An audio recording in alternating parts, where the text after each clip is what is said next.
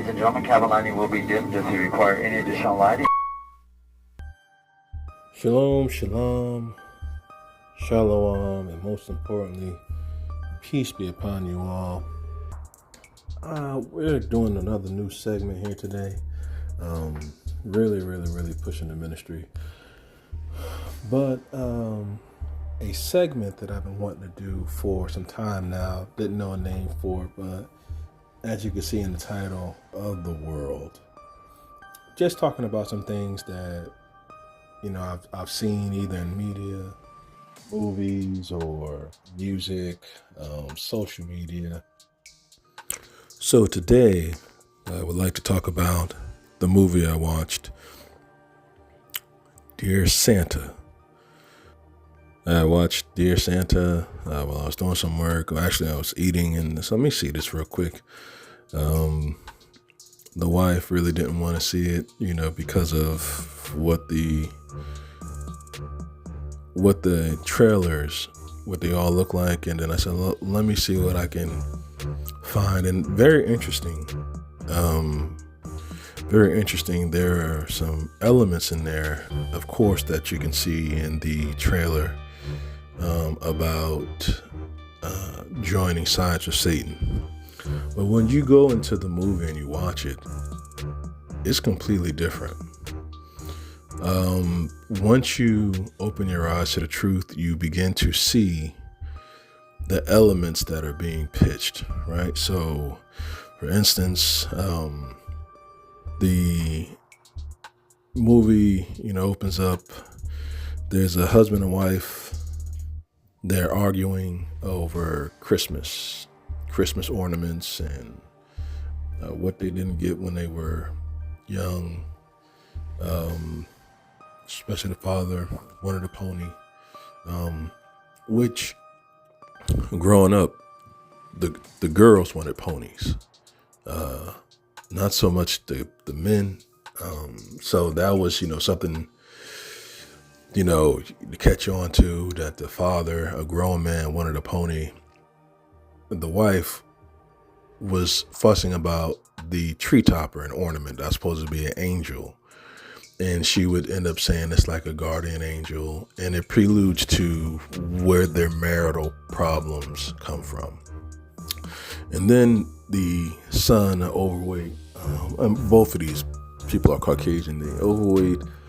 Another overweight Caucasian young male, the star of the show, comes downstairs. And he tries to get his family to stop arguing. And through the course of the movie, this is an issue. The husband sleeping on the couch, all the mainstream things that we've seen growing up, dysfunction in marriage, and how it is customary for the man to leave his bed to sleep in another part of the house, to a point where he's willingly doing it, almost like being trained. Now, we know, based on the Bible, those of us who have awakened to the truth, we know that the Caucasian, in the Bible, Caucasian, the African or Hamitic, those are considered, well, pretty much the Gentiles are considered the Isles, Genesis chapter 10. The only time we see the Isles of the Gentiles is referring to the seed of Japhet. And so for most of us, or some of us, we believe that is where the Caucasian comes from. Some people will say Esau. This is not a place for that debate. But the young boys, 11 years old, but still holding on to childish things, believing in Santa Claus, writing letters to Santa Claus, which he ends up saying that he does that to make his mom smile, because nobody loves Christmas, the holiday Christmas, more than her. And he would end up writing a letter because he's dyslexic. So instead of writing it to Santa, he writes it to Satan. And now here is some of the things to look at. So Satan is able to have that delivered to him from the Reindeer Express, right? Santa Claus's Reindeer Express delivered mail to hell. And the question would be, how do you have access to hell? How do you have access to hell? Now, moving forward, the character Jack Black, he's a very talented guy, but he ends up, coming out of the boy's closet. He comes out of the boy's closet while he's sleeping. And he begins to show him that first there's a misconception. The boy's like, well, I didn't, he thinks Jack Black is Santa. And he says he notices that they look different, but they look very similar. He's like, the one thing is, you got horns, and the Santa I know don't have horns, and Jack Black uses magic to get rid of it. And that similarity, and then the fact that the spelling has always been so close. Santa, Satan, you just move a letter and it's the same thing. They're showing you this stuff in real time. They're showing you this stuff, in these movies. And so even the boy says, they both have red, black shoes, but he can't tell that those are shoes. Those are hooves, but he thinks they're black boots. And there's a deal that Satan says, or Jack Black's character says, I can grant you 3 wishes. And the boy says, like a genie. Now, if you have ever looked into genies, their original name are Jinn, D-J-I-N-N, I think. And Idris Elba is in a movie where he is a jinn, where he can grant wishes. And Jack Black says, they stole that from me, right? This is an evil. These granting 3 wishes is an evil occurrence. And then he says, now here's the deal. I can grant you 3 wishes, give you whatever you want in reason. I can't change a war, but I can give you things within reason. And keep that in mind, within reason. And he says, the contract is after your 3rd wish, you have to sell your soul to me. Right? You have after I grant you these 3 wishes, you have to sell your soul to me. Now, I begin to think about, well, what about musicians or actors who say they sold their soul? Now, normally it's a sexual exchange, but they do make a hint of some form of sexual inappropriateness, which was to me, it was funny because in the context it was said, but he was talking about, in another scene, uncles who, inappropriately touched, their nephews and nieces. And he said, we got a lot of those down where I'm from. Right. So that tickled me. But the contract is, once you begin to ask, or once you begin to receive gifts from Satan, that there's a total and exact price at the end of it. Now, the boy, they moved from a previous place. They moved to where they are, and they're alluding that something bad happened there. And then he gets to, talking with his family, and they're like, they don't think he has friends. He said he has a friend, but he lies and say that his friend has cancer and all types of stuff like that. And they start walking. Who do you see him walking with? Is a young melanated man, or a young melanated boy. And he has just jacked up teeth. You could tell they're prosthetics, but they're jacked up. And he's walking with them, and he's talking. And so for me, it's like Gentile Israelite. That's what my mom went to, Gentile Israelite. Well, the boy, I don't know about the boy. I don't know his nationality. I don't know if he knows any history, but they're like 11, 12. And they're walking, and I said, okay, they're best friends. So, you're walking with another nation. you have joined yourself to the Gentile nation. That's your best friend. And they're both like the social outcast. And to speed this up, he gets to liking this girl. He likes this girl. He wants to talk to her. The regular stuff. She has a boyfriend who kind of bullies him off, and it's an Asian girl. And even the boyfriend she had, it just didn't look like, none of it looked like it fit. So as time goes on, the boy catches on that it's Satan, because his friend, the melanated boy, he hears the story that the boy tells his family and everybody. He tells his friend, when they go see him, he's sitting, or Jack Black is sitting on a park bench, and the boy automatically recognizes like who is that? And he's like, that's it, that's Santa Claus. He said, man. Then he said, let me see your letter. He looks at the letter. He sees it and he says, oh man, do you know what you wrote? And the boy, this is what you can tell he dyslexic. Yeah, I wrote Santa, whatever. He said, no, you wrote Satan. And he's like, you wrote a letter to Satan. So he's like, asking the boy, come with me to go meet him. And the boy's like, nah, I'm out. He leaves. He already knows, like, nah, I'm not dealing with that.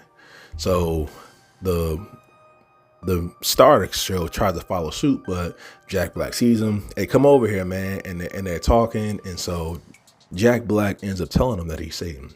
And this is where the movie takes off, right? Jack Black is showing him more of the magic that he can do to fulfill his promises or give him what he wants. And he ends up, the boy likes the girl. He said, I can't change her heart, but I'll give you a shot with her. Like regular Genie and Jim. He gives the boy a opportunity for the girl to like him. And the girl's really like, she's starting to like him. He's like, go talk to her. And he's like, I'll take you to a Post Malone concert, or whatever. They go there. Jack Black does. Now, this is the part about entertainment. Jack Black, he can maneuver in and out of that concert. He got the tickets, he maneuver in and out of backstage. Post Malone comes out like, hey, I can't remember the boy's name, but he's like, man, you're the inspiration for my music, all this stuff like that. And I'm thinking to myself, and then Jack Black says, I put a spell on him, for him to, do this for you. And it's like, so if Jack Black put a spell on you and he's the inspiration for your music, then who inspires your music? Right. And then, and you see a lot of the hand gestures of the, Hail Satan and all stuff like that. Jack Black does. And they go to the concert, they dance at the concert, all of this stuff. And it's crazy. So Jack Black character has the boy and the Asian girl that he likes to the concert, have them sit down practically, stage side. And then he tells the melanated boy, you got to sit in the nosebleeds. He's like, I want to sit down there with them. He said, you got to sit in the nosebleeds. So he already separates. And then and the crazy part is he puts him on high, puts the young boy on high where he could look down and pretty much see the world. Right. And, the boy gets on stage, he's dancing, all stuff like that. And then the melanated boy with the messed up teeth, he sees this pretty little girl, and he's like, hey, and they're like, oh, his name is Liam. They said, he's dancing. They're like, we love you, Liam, fame. And he says, that's my best friend. And would you like to go backstage and meet him? And she's like, yeah, I would love to. And she's happy. Then she sees his teeth and she's like, but I have a boyfriend. So he's like, I'm not asking you on a date. I'm just, ask you to come backstage. You know what I'm saying? And so now he realized he's self-conscious of it. You see that he's self-conscious, and he goes and he leaves the party early, or he leaves early, and he's telling his friend, when they like, where'd you go? He said, I took an Uber home, and tells his friend all this stuff. What happened? Well, not what happened, but he's like, I can't get a girl because of my teeth. So the boy uses his wish with Satan to fix the boy's teeth. And he comes back and he's like, my teeth are fixed and all stuff like that.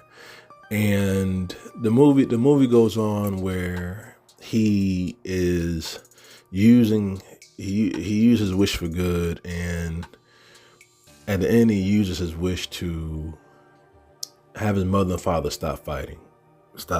And then you hear in the car that their issues were because there was an accident. The boy had a brother, and the boy died. Now he uses his third wish, because his parents are fighting, uses his third wish to have his parents stop fighting. And he sells his soul. And this is a boy, 11-year-old boy, sells his soul to Satan, or Jack Black's character. And you see that they went out looking for him because he ran out. And the other part was, he said, I'm gonna be at this particular motel, room 666. Well, he didn't say it, but he said, the room number. And then when it opens up, you got to look at the door and you see it says 666. And again, you see in the movies, he does that hand gesture, and the way it's set up is it's a symbol. The sixes are designed in a symbol. It's not it's not like how the numbers go across, but it's like a triangle, and then or a pyramid. But and then he goes, I do the wish and I sell my soul. And the parents are just over there, they're just talking, they're having a conversation, and they finally see him and they get him in the car, and then everything's happy and stuff like that.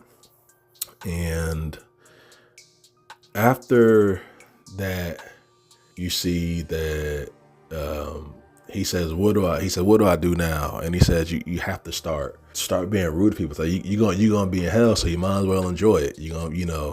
And so the boy changes his whole persona. He's mean, he tells the teacher, who to me was my favorite character of the whole thing, very funny dude. He's mean to him, calls him a failure. That makes the girl not like him because she calls him a bully. He stands up to his bully but get punched in the face. And he's like, we're good. So he get this confidence, and he is literally, F everybody in the world. Almost get hit by a car. He just moving. I don't care about the crossing guard. It's like, okay, so see now knowing the fact that you have given up your soul, the very essence of who you were is now gone. And, he's going through all of these things, and he's, after the girl says, you're a bully, and she don't want to talk to him, he starts crying, and he goes back. And, so you see Jack Black's character kneeling down like he's about to do a spell. He's in the pentagram, he's in hell, and he ends up kneeling down to somebody else. And it turns out that he's kneeling down to Satan. And Satan has a problem because what Jack Black did, even for them, was illegal, which was crazy. Not that they couldn't take the little boy's soul, is that Jack Black pretended to be someone that he wasn't.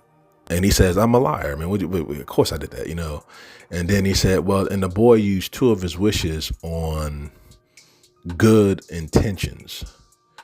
And it said, even in hell, he said, you're not cut out. Some people aren't cut out to be demons, And so he goes and goes back to the boy. And he still has magical powers, and he's like, I pretty much got banished from hell. So if you can't go to hell, you're definitely not in heaven. So where do you reside at? On the earth. And so they're talking, and he's like, what are you gonna do next? And it's he says, I don't know, it's a new chapter in my life, and this is Jack Black talking. It's a new chapter in my life. You didn't sell your soul, pretty much like that. Your parents got together on their own anyway, so I didn't do anything. And he says, I granted the wish in your letter. He said, oh yeah, you ready? He said, yeah, I was, using the bathroom, and I needed something to read, or needed something to use. I needed something to use. And you get down to now, in movies, I can already foretell what's going to happen. So you get down to the whole Christmas thing. The mother and the husband are doing what they said they was going to do the night before. They're going to, bake stuff, and, it's like a new relationship. And you get down there, and he's like, hey mom, whatever. And, and mom and dad, they're having fun. And she said, go open your presents. And he goes, and lo and behold, his brother who died is in there. And he runs and go hugs him, and he's like, the boy's like, yeah, I love you too. Like, it's the younger brother. He's like, can you tell Liam to stop or whatever? And the boy's name was Spencer. Can you go tell Liam to stop? He said, how much he loves Christmas or whatever. And then he says, what the thing was, open your presents. And he's like, I already did, so that was his wish to Satan, that he would bring his brother back from the dead. This is, like I said, this is the key part that, happened earlier when they were alluding to what happened that was bad. And then you see that on the Christmas topper, well, let me rewind real quick because I'm about to finish up here.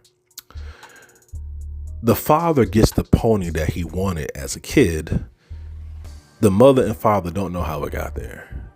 The Christmas topper that's on there is Jack Black's Satan character, or the Demigorgon, or whatever he's called, and he's dressed like Santa and Cupid, right? Santa and Cupid. And she like, thanks for the topper. He's like, I didn't put that up there. And then he's talking to his best friend, and his best friend says, I pretty much figured out that, my teeth was fixed overnight, that you used one of your wishes on me. And this is previous. I forgot to put that in there. So the boy accepted the gift from Satan that his friend, the Gentile, gave him. And so at the end, he says, I talked to the girl and she said she'll give you another chance. And said, I just lied. Well, I didn't lie. I used a sympathy card. I know she's sympathetic. I told her that about your dead brother. And in my mind, it's like, you told her the lie that he told you to get her to talk back to him. Going back to the 666 triangle, you see they say it's a love triangle, but you see their triangle. You lied to him, he lied to her, she come back to you, but your brother's alive. Now here is the part that I was like, man. So in certain circles, that's considered necromancy. So to bring somebody back from the dead is necromancy. And so this Demigorgon, now look how defiant this is, right? Now, if the life is gone, the Most High, taking life, and you can grant a wish to bring it back, how much power do the Most High have, right? That's one. Secondly, I forgot to mention, and I said I'm about to finish up here with this, but he said, ask your God, when he was talking to the Caucasian boy. And then he said, swear to God, which is just a phrase that somebody used, like, I'm going to Bermuda. So that was some of the things that I had saw that I thought was very interesting. Now, to tie it all in of the world, if you haven't gotten the aspect of what happened, you have an individual who has sold his soul to Satan so that he can get what he wanted. And in the process of selling his soul to Satan, he does what he feels is good, although it's for selfish reasons. After those selfish reasons are exposed, and this is the Gentile, he uses his evil to do good, quote unquote good. The melanated boy mentions that he's about to get braces anyway. He was about to get braces. He used his evil to fix his physical appearance, and then they became like the popular kids. So what it has showed, or what it was showing, was if you align with Satan, then you will have the world. In this movie, if you align with Satan, he will give you the world. And that's what they got. And even in the midst of it, there is turmoil. the boy is taken from his parents because they think he's crazy. Taken to an institution. They find out that he's on playing beer pong with Post Malone. Now, Post Malone got a kid playing beer pong. First off, that's illegal to have a kid anywhere near alcohol at a function like that. But it's Hollywood, so kids are in other compromising positions there. The boy, it's just you see in the messaging of the movie, and the fact that he could grant a wish to bring back life. So you have to understand and think that what kind of delusion is the boy in, right? They made the Jack Black's character, you don't even see him as evil. That's how well they played it. He's supposed to be evil because he's Satan, but you don't see him as evil. He's not evil at all. And you just see that, at the end, it's like you're a bottom tier position in hell, and you're not even, you get banished. So they try to show you that, hey, they're showing you that when you align yourself away from the Most High, all of what you want in your heart's desire will be met. And I'm going to finish it here. I went longer than I wanted to. In the Bible, it states, and I'll pull the scripture up, but it says that the heart is a wicked thing. Who can know it? The Most High, he's a man of knowledge. So much stuff I've read, and there's so many things that has happened that if you read your Bible, you would see why it happens.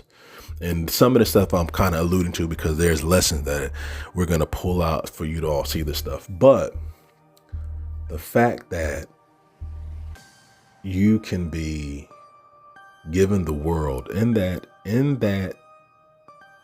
movie, given the world by evil forces for whatever intentions you have, good or bad. And at the end of it, it will eventually change your character and behavior because you have lost a part of you for that. Is the world worth that?